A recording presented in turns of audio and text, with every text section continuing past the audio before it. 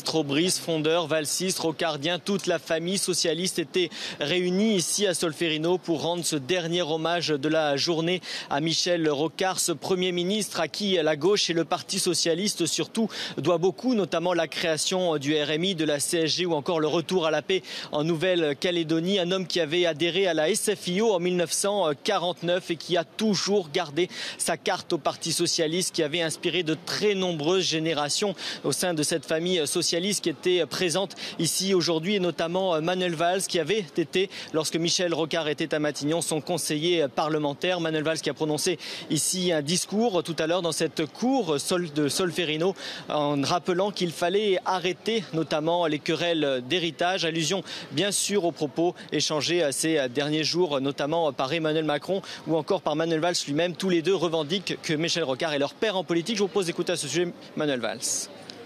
Il y avait aussi bien sûr et d'abord l'homme politique qui laisse pour toute la gauche un immense héritage. Et chacun peut venir y puiser. Il ne doit pas y avoir d'ailleurs de querelle d'héritage, tout simplement parce que le rocardisme est cette part du socialisme qui n'est la propriété de personne. Et nous en sommes tous les héritiers. Après l'hommage politique qui avait succédé à l'hommage national dans la cour des Invalides tout à l'heure ou à la cérémonie religieuse ce matin dans un temple protestant, Michel Rocard sera très prochainement incinéré avant d'être inhumé dans quelques semaines en Corse, sa terre d'adoption.